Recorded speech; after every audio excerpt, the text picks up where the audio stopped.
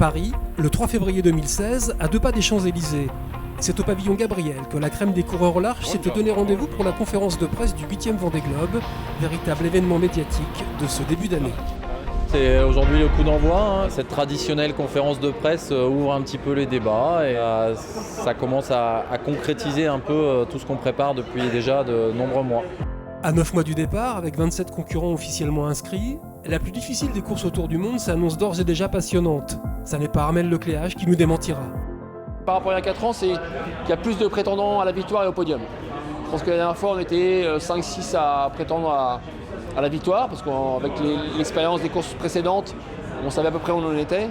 Là, cette année, clairement, il y a plus de concurrents affûtés, des bateaux mieux préparés, des bateaux neufs avec des foils.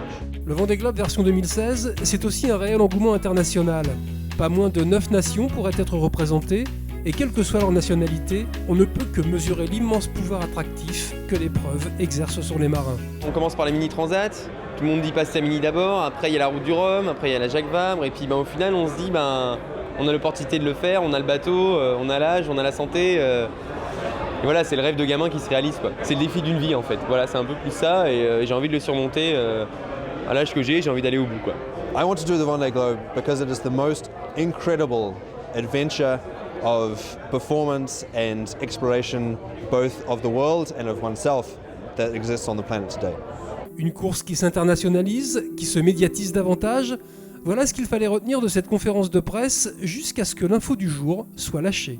Le PC Course du Vendée Globe sera situé au pied de la Tour Eiffel. Que le PC Course du Vendée Globe soit situé à ce niveau-là, c'est une volonté d'y associer très étroitement l'ensemble des Parisiens et des Parisiennes, mais en même temps l'ensemble des touristes qui pourront y passer, et là aussi être vecteur peut-être d'aller vers cette internationale que nous souhaitons. Il fallait bien ça pour le Vendée Globe qui n'en finit pas de faire rêver le plus grand nombre, jusqu'à ses partenaires les plus fidèles.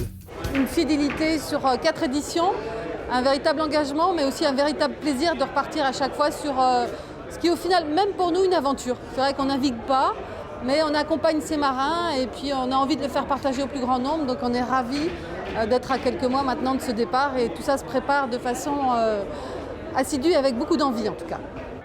La conclusion revient à l'ancien président de la Seine-Vendée, aujourd'hui aux commandes de la région des Pays de la Loire, Bruno Retailleau, ou comment définir le Vendée Globe. Ce qui est génial avec le Vendée Globe, c'est que chaque édition est différente. Il y a des histoires différentes, il y a des aventures différentes, il y a des événements différents, parfois dramatiques, parfois heureux. Mais finalement, le Vendée Globe, ça ressemble à la vie, mais multipliée par 1000, concentrée. Une vie un peu hyperbolique, un peu paroxystique. Et c'est ce que je crois le grand public aime dans cette course.